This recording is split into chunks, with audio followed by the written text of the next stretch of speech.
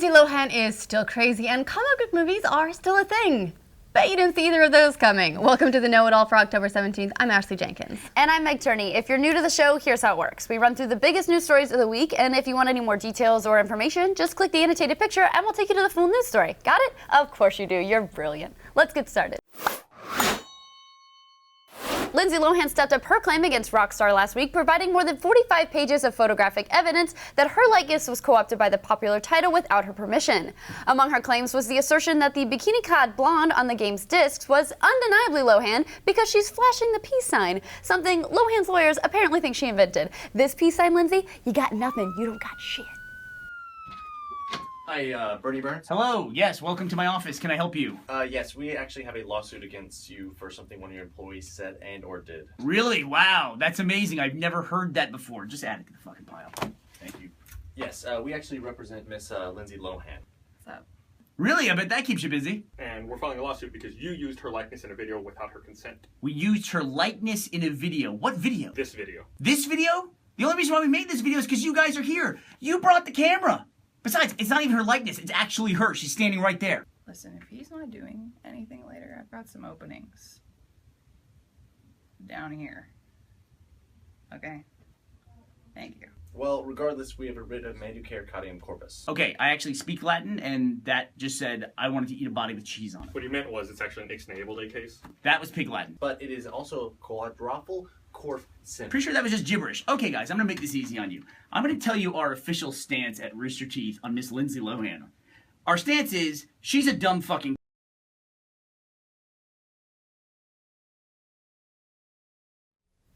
Xbox boss Phil Spencer has come out in defense of Xbox One's parity clause, which basically says that indie games have to come out on Xbox One before or at the same time as other platforms. He says the clause is in place so the console doesn't end up as an afterthought with a shitty port, but indie devs who don't have the resources to develop for every platform at the same time seem to be mostly just giving it a skip instead. No Man's Sky, Axiom Verge, Abzu, none of those are slated to get an Xbox One release. At least right now. Spencer says they're willing to make exceptions on a case-by-case basis, which the cynical probably accurately interpret as, if you're going to be a runaway success, of course we'll brush that requirement aside. Oh, and Spencer also justifies the clause because, quote, when a third-party game comes out, it comes out on all platforms at the same time. So have fun with that one, Internet. PC Master Race, take him down. Bungie was hard at work stomping on people's favorite new farming spot this week when they launched a patch which killed what players were calling the new loot cave over the Rocket Yard. Other fixes included in the patch are a bug in which the Valkyrie 05X appeared to be identical to the Aurora Lance, a general nerfing of auto rifles, and putting an end to the player's ability to sit on top of sniper platforms. Womp womp. Microsoft and 343 Industries have announced a spiritual successor, even though I'm not sure what's spiritual about it because it seems like a pretty straight-up successor to last year's Halo Spartan Assault called Halo Spartan Strike, which is set during the events of Halo 2. Like Spartan Assault, this is a top-down twin-stick shooter and is planned for release on Windows 8, Steam, and Windows Phone this December. There are currently no plans to release the game on any other platforms, but hey, that's what they said about the last game too, so I guess we'll see. The game will run you $5.99, but if you buy it through the Windows 8 store or Windows Phone store, you'll be able to move between those platforms for free. The age-old Squirtle, Charmander, Bulbasaur debate lives on. In a recent interview, Junichi Masuda and Shigeru Omori were asked to pick their favorite Kanto starter. Both men are intimately familiar with the series, with Omori having worked on 7 different Pokemon titles, while Masuda is a founding member of Game Freak and is credited with composing the music for every core series Pokemon game in existence. Yeah. While Omori opted for undeniable cool guy Squirtle, my man Masuda represented for the obvious badass choice, Bulbasaur. You can argue your choice in the comments down below. Ubisoft has finally confirmed rumors that Assassin's Creed Rogue, the upcoming entry in the franchise aimed at the last generation crowd on Xbox 360 and PS3, will also join its current gen buddy, Assassin's Creed Unity, on PC. However, unlike Unity, it won't release on November 11th for production reasons that definitely have nothing to do with releasing 2 games in the same franchise on the same day on the same platform. Instead, it will be out sometime early next year, and no other details are available just yet. Phil Spencer, that's weird. A game's not coming out on all the platforms at the same time. I don't know what you're talking about. That never about. happens. For a full hour of video game and video game news discussion, we've got you covered with The Patch. This week, Brittany goes for an achievement live, and I reveal just how little I know about resolution, which I'm pretty sure is just a conspiracy at this point. Like, seriously, what the fuck is 1300 by 900? I don't even know. And to get all the latest in esports, check out the leaderboard, where the League of Legends World Championships are down to the finals, and a professional Counter-Strike player got banned mid-match for cheating. I love it. Wonderful. That will about do it for the biggest gaming news of the week, so let's move on to movies and TV.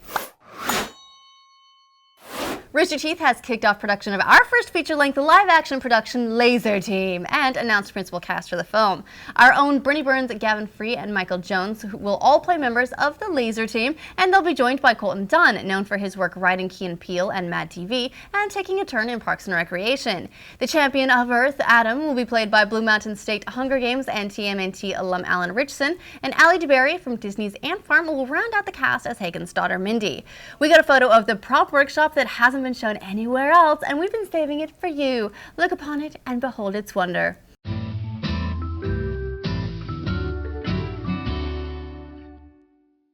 We'll keep you posted as production continues with more fun little exclusives like pictures of people's butts, because that's how we roll.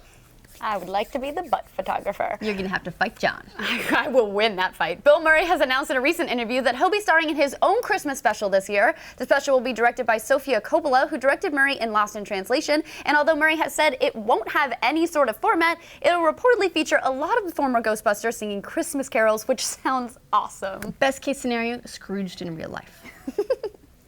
Warner Brothers has outlined their plan to release 10 movies based on DC Comics by 2020 as they try and muscle in on all that theatrical territory Marvel's claimed. In addition to Batman vs. Superman Dawn of Justice in 2016, we'll also get a Suicide Squad movie, which might be the most exciting of the bunch if you want to see supervillains kick ass for a change, except, you know, for a good cause. The next year will be a Justice League movie and a Wonder Woman movie. Then in 2018, we'll get The Flash and Aquaman. So it's going to be kind of a weird year. Shazam will hit 2019, and so will a second Justice League movie, and 2020 will round out the lineup with Green Lantern and a Cyborg standalone flick. Between those, Marvel, and the contributions from Fantastic Four, X-Men, and Spider-Man, we're looking at like 30 comic book movies in the next 6 years. So I hope you're not tired of those. HBO announced in an unprecedented move this week that it'll be offering its programming to customers without a cable subscription via a web-only streaming service sometime next year. No word yet on a potential price point, but analysts are saying they don't think it'll be much cheaper than it is currently, but we both know that the boobies on Game of Thrones are worth it. After the popularity of the Lego movie, the fact that there's going to be a sequel is no surprise, right? But what might be is that it looks like Will Arnett's over-the-top take on Batman is getting his own spin-off, and the sequel is being bumped back to accommodate. Chris McKay, who supervised animation on the original, will be back for this one, and the Lego movie team of Phil Lord, Christopher Miller, Roy Lee, and Dan Lin will return in a production capacity as well. However, this one will be written by Seth Grahame-Smith, who previously penned Dark Shadows and Abraham Lincoln Vampire Hunter, so there's a vote of confidence for you. We've got a full hour of movie and TV discussion with Screenplay, where this week we tested Miles on his movie knowledge, and as one commenter put it, it's like Gavin or Google for movies. Well, Miles can hope. I mean, Gavin or Google. And now for our feature presentation. It's time for science and technology.